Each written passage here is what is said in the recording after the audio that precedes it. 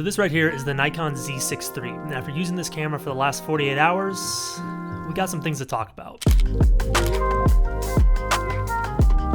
And thank you to Professional Photographers of America for sponsoring today's video. Join the community of 35,000 photographers and find equipment insurance and business tools for photographers just like you and me. What's up, y'all? So these are some of my favorite videos to make on this channel. These first impression, first day, first 48-hour camera test videos, because I feel they give a very accurate representation of what creators, photographers, video people, content creators, whoever you are, can expect when they purchase a new camera. Now, this test is of the Nikon Z6iii, which is Nikon's latest camera. Now, briefly, let me go over my history with Nikon for anyone new here. I started this YouTube channel using a Nikon D810. Before that, I had a Nikon 610. Before that, I was using my dad's Nikon as a kid. I have a lot of history with this brand, but something that is very important to note is the fact that in the last couple years, Nikon seems to have fallen behind when it comes to this new photography, video, hybrid content world we live in. With the Z6iii,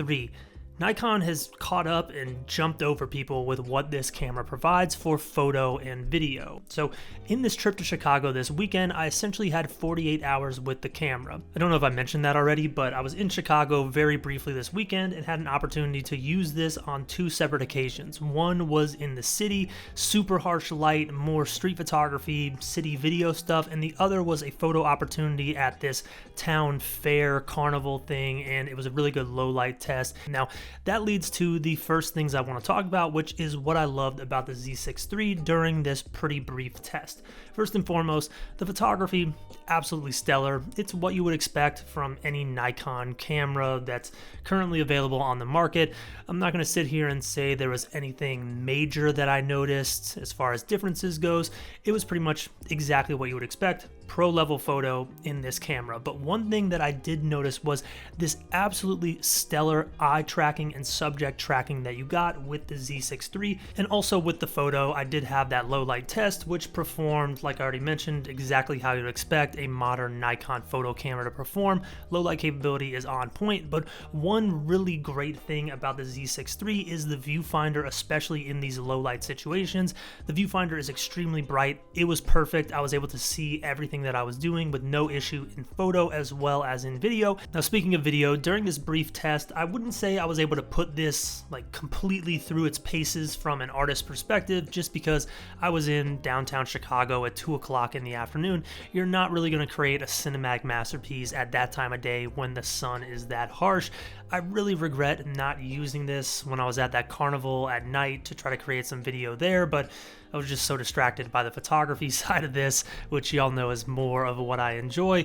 I didn't do it. I should have, though. Now, off the bat, the first thing you'll notice when you use the Z6iii is its variety of different video resolutions as well as frame rates that correspond with those video resolutions. So you can capture 10-bit video at 6K on this camera, which is something that I was not necessarily used to.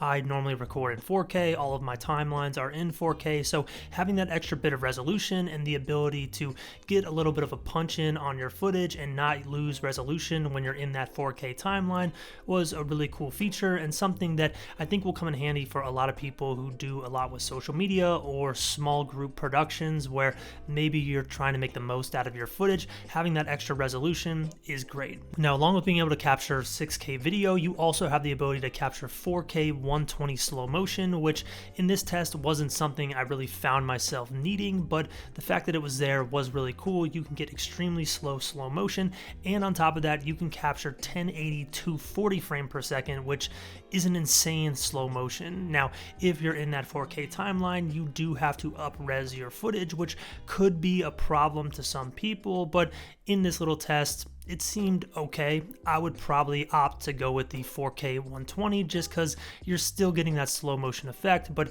if you ever really need 240, it's there and it seems to work the way it should. Now, for video, one thing that was really cool about the Z6iii is the fact that this does have a flip out articulating screen, so you can do selfie type video, or you can see yourself recording if you're someone who maybe has, once again, a small production, or you're making content on your own.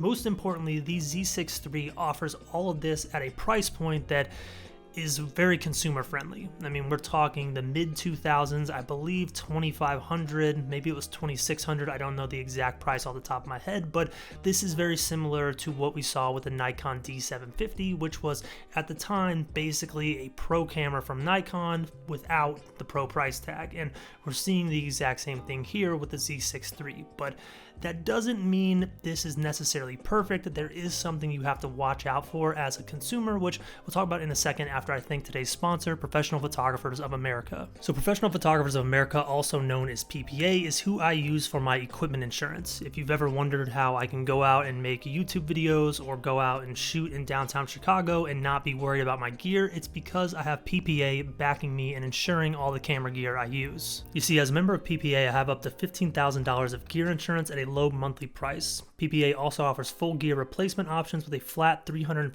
deductible, as well as things like data recovery services if you use lacy hard drives or hard drives on the go.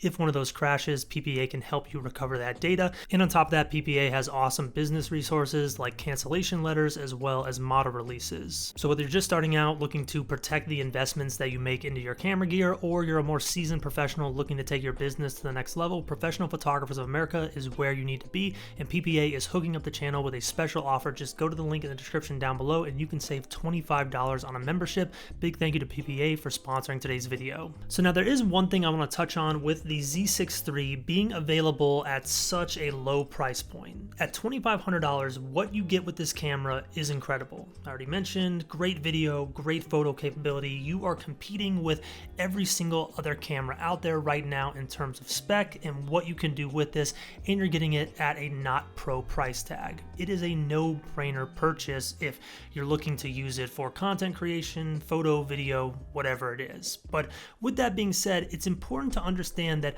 all of these specs, all the things this camera can do, don't matter if you don't develop a workflow around them. And that's one of the things I really like about these first 48-hour, first day videos, is the fact that it allows me to see what it's going to be like for someone actually using this camera for the first time. For me, I'm still learning a lot about what I can do with Nikon RAW video. I'm also learning a lot about how video color grades with the Nikon camera. I'm also learning a lot about how to operate this camera and not make mistakes. There were a few times where I had video that was overexposed. I had a few video clips that were underexposed.